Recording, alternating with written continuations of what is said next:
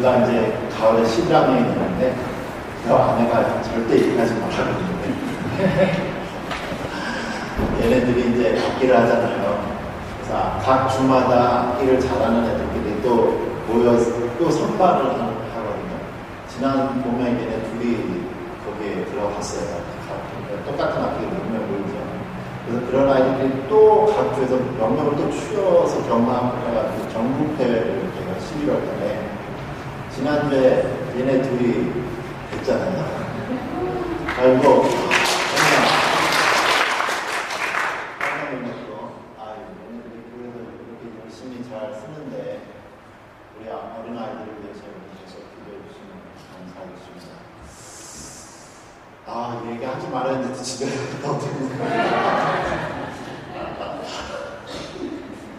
근데 성우 엄마는 얘기한다고 했더니 아무 얘기 안 했어요.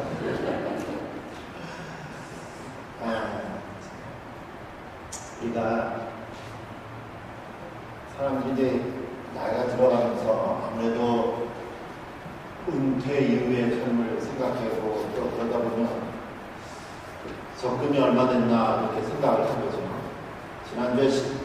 지난주에 신문을 보니까 은퇴하신 분들이 물론 다 틀리겠지만 평균 은퇴하시는 분들이 한 달에 쓰는 돈이 얼마냐 평균 적어보니까 약 48,000불 정도 됐어요.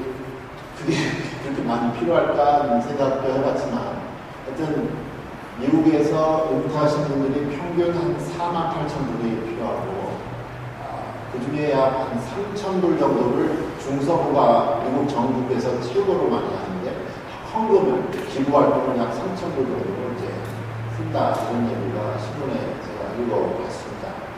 이처럼 아무래도 우리가 언젠가 은퇴 후에 은퇴하고 나서 어떻게 살 것인가 이런 돈에 대해서 생각을 한 번이라도 해보게 되겠죠.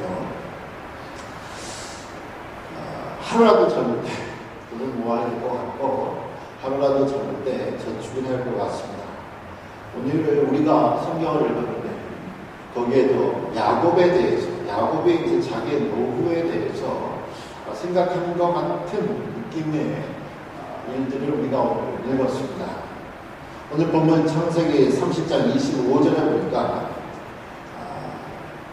라헬이 요셉을 낳았을 때라고 사건이 일어나는 시간적인 배경을 나타내는데 이 시대가 라헬이 요셉을 낳았을 때는 언제냐 하면은 나중에 보게 되면은요 요셉이 라반의 집에서 20년째 일했던 그 시점입니다. 첫 14년은 부인 두 사람 라반의 딸을 얻기 위해서 14년을 일했고 그러는 사이 아이들이 태어나고 또 하에마들을 취해서 더 많은 또 아이들이 태어나고 그리고 나서 지난해 6년 동안 외삼촌을 위해서 정식으로 이제 돈을 받고 사례를 받아가면서 일을 하게 되는 시점이죠. 이러는 사이에 부인은 4사람이 됐고 아들만 11명, 11번째 아들이 요셉 그리고 딸 하나 디나가 지금 태어난 시점입니다. 우리 교육분들도 그렇지만 우리도 한 번씩은 다 생각을 해볼 텐데 이렇게 작은 가게라도 사업체를 갖고 계시는 이제 분들을 보면요 직장에서 월급 하는 분들이 그렇게 부러울 때가 있다고 그래요. 정해진 시간만 일하면 되죠. 출퇴근 시간이 정확하니까 시간 가족들하고 보낼 수 있죠. 휴가라도 갈 수 있으면 휴가도 갈 수 있는데 이 자영업을 하시는 분들은 비즈니스를 하시는 분들은 이게 사실 힘이 들죠. 페이퍼워크 하느라 머리 아프죠. 서류 정리 또 사람 관리 머리 아프죠. 참 힘들거든요. 그런 것처럼 그런 반면에 또 직장에서 월급을 받는 분들은 항상 월급이 그렇게 크게 변한 게 아니니까 아이들은 자라나고 돈 쓸 일은 많아나니까 좀 나도 사장이 돼서 돈 좀 한번 쓰고 싶다 써보고 싶다 이런 생각 한번 아마 서로가 다른 입장인 경우에 해놓지 않았을까 생각합니다. 그래서 정말 자기 사업을 실패를 모험하면서 하기로 하죠. 야곱도 이제 부인이 넷, 그리고 아들만 11, 딸 최소한 1명, 큰 대가족을 먹여 살려야 되는 나이가 됐습니다. 먹여 살려야 되는데 외삼촌 라반이 보통 부세가 아니거든요. 그걸 충분하게 주지를 않아요. 그냥 거의 헐값으로 노동만 하는 그러한 살림 사건이 되었습니다. 이제 더 이상 또 자기만을 바라보고 있는 늦둥이들이 있잖아요. 이제 태어난 아이들. 이때 야곱의 나이가 이제 요셉을 태어났을 때 그 나이, 그때 야곱의 나이가 최소한 90살, 그래서 97살 사입니다. 자기가 얼마나 더 남아서 목동으로 일을 해볼지 몰라요. 건강을 책임질 수 있을까. 이러한 상황에서 정말 하루라도 젊을 때 자기가 독립해야 되겠습니다. 자기 사업을 해야 될 것 같아요. 이렇게 했을 때 자기 고향 생각나죠. 고향. 이런 내가 지금 객지에 나와서 이렇게 험한 일을 하나. 우리 아버지가 부자고 유산을 줄 텐데 고향 생각하고 있습니다. 많은 경우에 시골에서, 한국에서도 그랬지요. 도시화의 목표를 일어나면서 시골에서 다 서울로 올라오게 어떤 한 성공을 꿈꾸며 큰 도시로 나아갑니다. 하지만 도시의 생활이 그렇게 사실 녹록지 않죠. 쉽지만 않습니다. 그럴 때 생각나는 것이 고향. 이런 시골 사람들의 험한 도시 생활과 고향에 대한 그리움을 잘 나타내는 가요 하나 있습니다. 조용필스가 부른 꿈이라는 가요가 있습니다. 이런 가사인데 제가 부르지는 않겠습니다. 가사 화려한 도시를 그리며 찾아왔네. 그곳은 춥고도 험한 곳, 여기저기 헤매다 초라한 문턱에서 뜨거운 눈물을 먹는다. 머나먼 길을 찾아 여기에 꿈을 찾아 여기에 괴롭고도 험한 이 길을 왔는데 이 세상 어디가 숲인지 어디가 늪인지 그 누구도 말을 안 해. 사람들은 저마다 고향을 찾아가네. 나는 지금 홀로 남아서 빌딩 속을 헤매다 초라한 골목에서 뜨거운 눈물을 먹는다. 저기 저별은 나의 마음 알까? 나의 꿈을 알까? 괴로운 땐 슬픈 노래를 부른다. 슬퍼질 땐 차라리 나 홀로 눈을 감고 싶어 고향의 향기를 들으면서. 이 노래가 1991년도에 발표가 됐습니다. 저는 93년도에 미국에 왔는데 전에는 듣지를 못했어요. 제가 이 노래를 처음 듣고 눈물을 정말 흘린 적이 있습니다. 처음 듣고 눈물 흘린 적이 있는데 제가 동부에서 부목사 생활을 했습니다. 그때도 아마 저희가 살던 집하고 맨하탄 다운타운하고 17마일 정도 걸렸는데 제가 그날 맨하탄에서 볼 일이 있어서인지 아니면은 JF공항에서 공항에서 볼 일을 보고 오는지 모르겠는데 집에 오는 저녁 시간은 5시 조금 넘는 시간이었는데요. 그날 정말 세계에서 제일 바쁘다는 도시에서 일을 하고 있지 마치고 왔습니다. 그리고 양옆에 고속도로 양옆에는 큰 빌딩들이 있고요.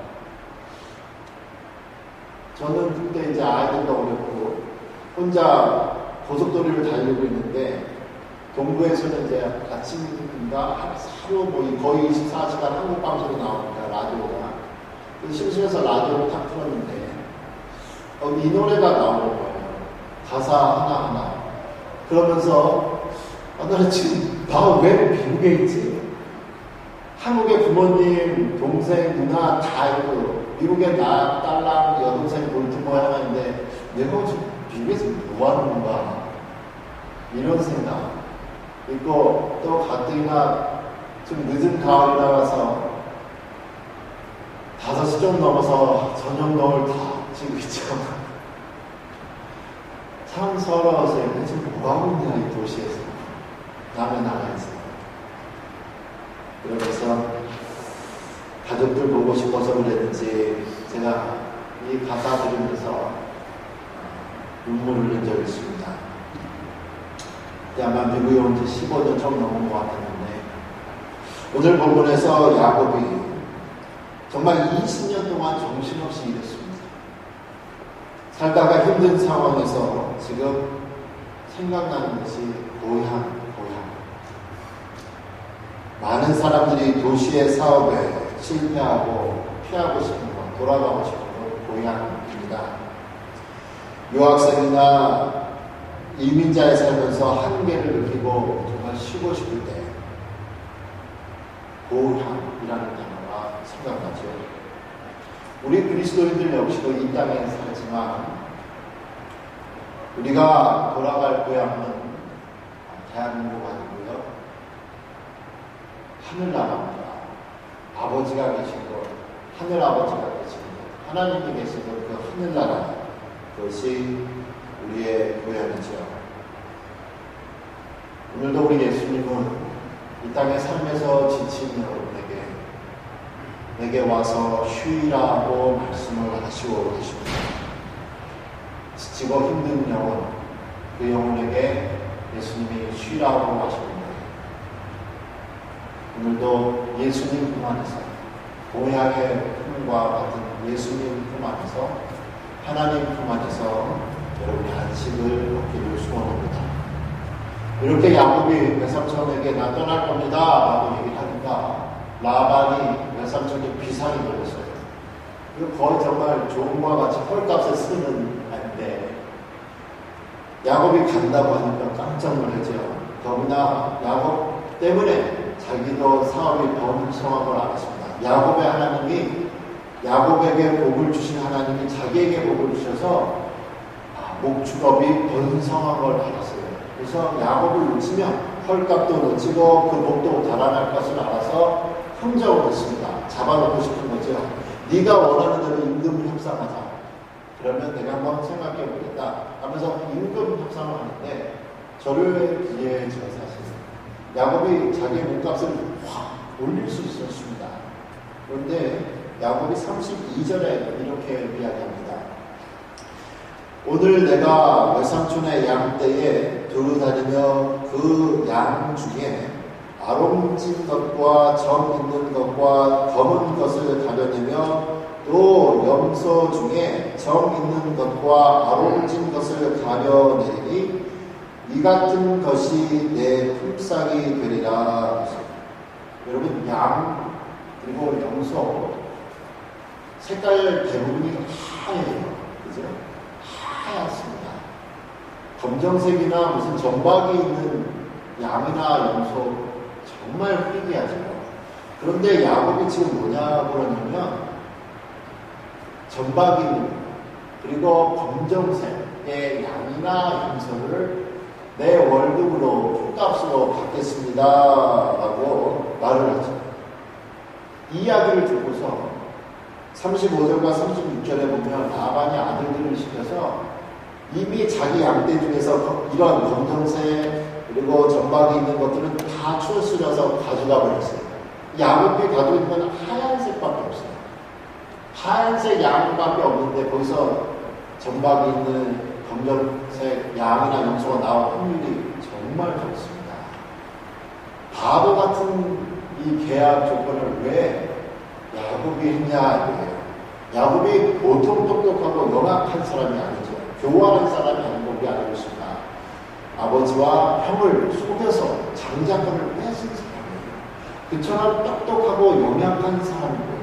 그리고 자기가 한두 번, 1, 2년 이렇게 목동으로서 일한 사람이 아니라 과거에 평생 일한 게 목동으로 일했어요. 이런 돌연변이 같은 하얀색 아닌 양이나 염소가 나온다는 건 휘대학을 알았음에도 불구하고 왜 이런 얘기를 했냐 이거죠. 평소의 야곱과는 전혀 다릅니다. 평소의 야곱과 상식 때는 전혀 다른 계약 조건을 왜 했냐 이거예요. 전호해졌습니다. 그것은 하나님이 보여주셔서 그래요. 하나님이 꿈속에서 우리가 창세기 지금 30장을 읽었는데 31장에 보면 야곱이 그래요. 부인들에게 하는 말이 꿈속에서 하나님이 나를 고향에 돌아가라고 했다. 그러면서 하나님의 꿈속에서 전박이 검정색의 양과 염소를 나에게 주신다고 하셨다고 하나님이 꿈속에서 말했다는 거예요. 야곱이 이제 잠에서 깨어나서 결정을 해야 됩니다. 자기가 지난 거의 90여 년 이상, 80년 이상 목동으로 일하면서 매일같이 본 양이나 염소의 색깔은 하얀색이에요. 근데 꿈속에서 하나님께서 검정색 아니면 전박이 있는 걸 주겠다. 이거는 자기의 80년, 최소한 80년 정도, 90년에 가까운 목동 생활의 상식과는 전혀 반대인 겁니다. 꿈이 이게 잘못 꿈을 꿨다. 소위 말해서 개꿈이었다. 근데 그걸 듣고서 얘기했다가 자기 안 그래도 지금 월급이 적은데 더 월급이 적을 수 있는 상황이었습니다. 그런데 이러한 상황에서 나의 상식을 믿을 것인가 아니면 비록 꿈이지만 하나님의 꿈속에서 말씀하신 상식 밖의 일을 믿을 것인가 상황에서 이 병약하고 교활했던 야곱이 그걸 다 포기하고 바보처럼 하나님의 말씀을 택했습니다. 사업을 하시는 분들의 사업을 보시는 성공 요소들이 알지만 성공을 하려 가게를 한다 하면 아무래도 제일 중요한 길목이죠. 사람들이 많이 다니는 그 길목에 가게를 내야 합니다. 자녀를 키울 때도 그렇지요. 어떻게 해야 이 세상에서 성공하는 자녀 교육법 다 나와요. 어떻게 해야 되는지, 돈이 없어서 못 가르쳐서 그렇지 어떻게 해야 되는지는 다 안다고. 그렇게 하려고 해줘요. 그렇다고 이러한 방법을 다 쫓아서 했다고 해서 모든 사람들이 다 성공하고 그런 건 또 아니지요. 하지만 그렇다고 이러한 상식을 무시하는 그리스도인이 되라는 얘기는 아닙니다. 상식을 무시하고 열심히 해야 성공하는데 이러한 상식을 무시하고 공부하라는 얘기 아닙니다. 열심히 일하지 않고 열심히 공부하지 않고 성공을 바란다면 그건 정말 도박으로 인생의 요행을 바라는 겁니다. 불공평한 것 같아요. 열심히 안 했는데 성공했다. 그럼 정말 불공평한 거죠. 그 공평하신 하나님이신데 그 공평하신 하나님께서 우리가 신앙생활 할 때에 정말 상식을 세상 기준을 뛰어넘는 결정을 하라고 하신 때가 있습니다. 많은 사람들이 큰 길로 가는 이 상식의 길을 가려고 할 때 우리 예수님은 좁은 길로 가라. 지금까지 자기의 생각과 머리를 믿었던 야곱이 꿈속에서 나타난 하나님의 말씀을 믿었습니다. 그래서 바보 같은 은근 조건을, 계약 조건을 외삼촌에게 했습니다. 외삼촌이 깜짝 놀라죠. 무슨 대단한 큰 조건 될 줄 알았는데 야곱이 바보 같은 계약 조건이니까 야곱이 아무래도 바보같이 보여요. 그러나 라반은 야곱 뒤에 계신 야곱과 함께 하시는 보이지 않는 하나님을 볼 수 없었습니다. 야곱이 바보가 아니라 하나님을 볼 수 없었던 라반은 바보였습니다. 결과는 어떻게 됐죠? 정말로 놀라고도 신기하게도 그 다음에 태어나는 아이들 다 하얀색 양과 염소가 되고 하나님께서 유전자 조작을 해주셔서 태어나는 것마다 건실한 것마다 튼튼한 것마다 검정색 그리고 전박이들 갑자기 변하죠. 그리고 그렇게 해서 야곱이 순식간에 거부가 되었습니다. 이 내용을 읽어볼 때마다 우리가 사실 유전하고 공부하지 않는 사람들이기 때문에 이해는 잘 못해요. 그러나 알 수 있는 것 하나는 하나님이 자기의 상식을 포기하고 하나님의 말씀에 순종한 야곱을 도와주셨다는 겁니다. 구약에 보면 상식을 벗어나는 일들을 믿음으로 행한 많은 사람들이 하나님의 복을 받은 내용이 있습니다. 구약 성경에 나만 장군이라는 사람이 있습니다. 이름이 참 신기하죠? 자기만 아는 사람이라고 해서 나만 아는 사람이라고 해서 나만 장군인지 모르겠는데 이 나만 장군이 이스라엘의 적국 아람 원수 나라였습니다. 피부병에 걸렸습니다. 아마 성경은 한국과 성경에는 문둥병, 한센시병이다. 당시에 치료 불가능한 병을 가지고 이 사람이 고침을 당고 해서 선지자 엘리사에게 왔습니다. 엘리사는 보지도 않고 진단을 내리기를 요단강물에 가서 물을 7번 왔다 갔다 해봐라. 그런 병이 납니다. 나만이 화가 나죠. 우리나라에도 이 요단강보다 더 크고 깨끗한 강이 있는데 이게 뭐 하는 거냐? 나는 생각하기에 안수기도 하고 무슨 뭐 할 줄 알았는데 사람도 안 보고 이게 뭐냐? 화가 나서 그냥 가려고 하고 있습니다. 옆에 있던 부하들이 그러죠. 다른 것을 하라고 했으면 했을 텐데 그냥 속는 척하고 요단강에 7번 한번 들어가 아버지 여기까지 나갑니다. 들어갔습니다. 한 번, 2번 들어갔는데 아무 일이 안 생기죠. 6번 들어갔는데도 아무 일이 생기지 않았습니다. 7번 들어갔다가 나와서 안 생기기만 해봐라. 너 엘리사 너 죽는다. 이스라엘 번에 아주 난리가 날 거다. 이 생각하고 7번째 들어갔다가 딱 나오는 순간 피부병이, 문둥병이, 한센시병이 치유가 되었습니다. 구약 성경에 보면 또 다른 사람, 다윗의 이야기가 있습니다. 다윗이 사울 왕에게 질투를 받아서 쫓겨났죠. 그래서 쫓겨나서 외국에 망명을 했는데 하나님께서 망명을 했는데 모압 땅에 망명을 했는데 너네 족속 유다 땅으로 돌아가라고. 그럼 거기 가면 사울이 자기를 쫓아봐 죽일 수 있는 상황이었습니다. 다윗이 유다 지파 사람인데 자기가 유다 땅에 자기를 따르는 600명의 도망자들과 함께 있는데 어느 날 소리가 들리죠. 그릴라라고 하는 그 동네에 이스라엘 사람들이 사는 그 동네에 블레셋이라는 강한 군대가 쳐들어왔다. 그래서 다윗이 하나님께 기도합니다. 하나님, 우리 동족이 지금 위협을 당했는데 어떻게 하죠? 하나님 가서 도와주라, 구해라. 그래서 600명의 일반 백성들이었습니다. 군인도 아니죠. 하나님이 도우라고 합니다. 갑시다 했을 때 그 사람들이 뭐라고 했냐?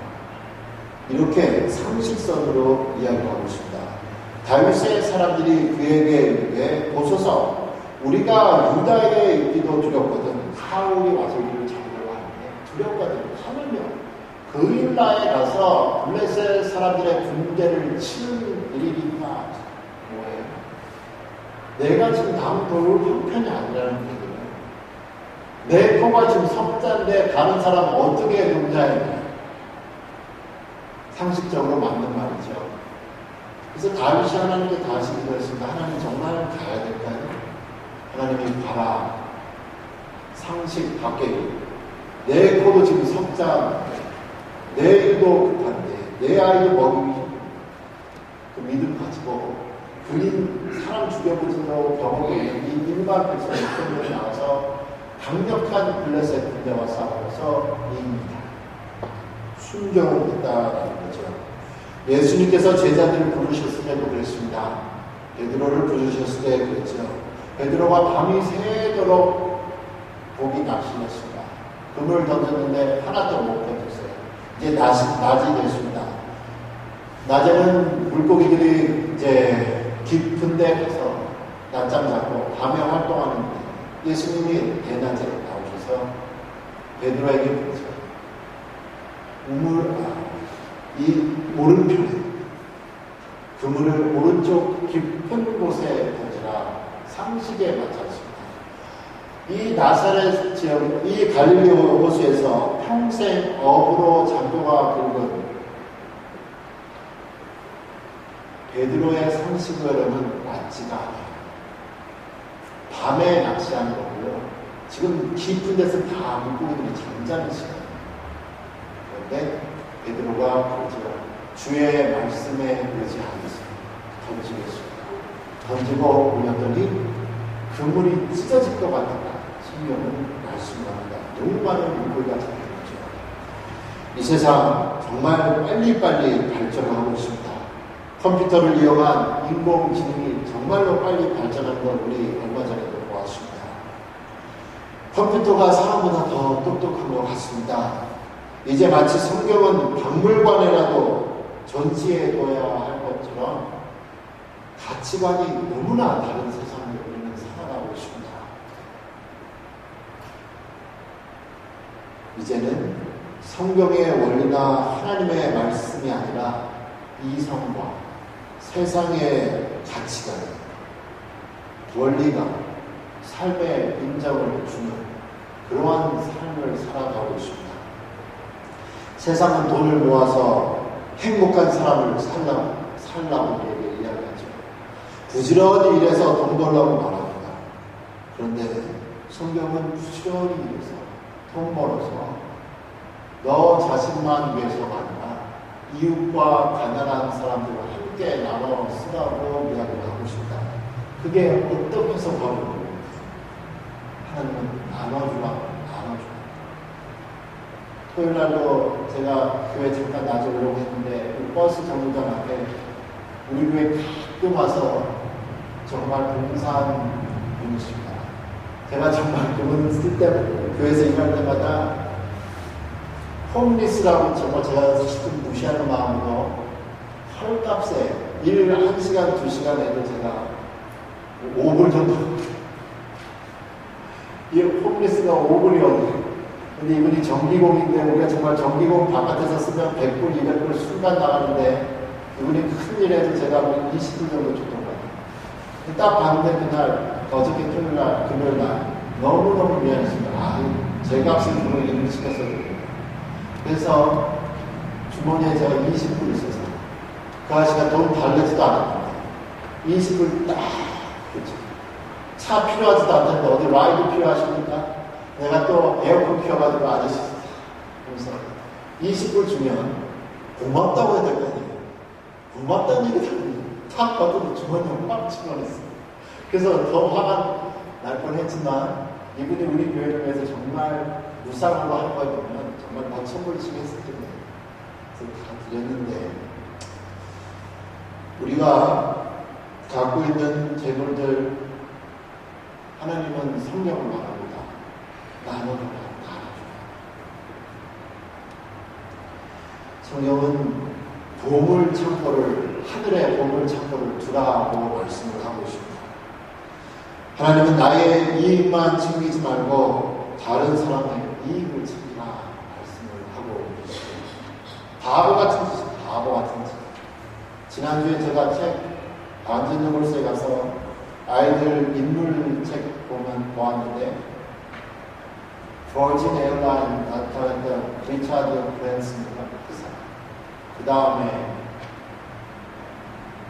빌 게이츠 자서전, 얇은 자서전 가는데 그 어마어마한 부자들이 다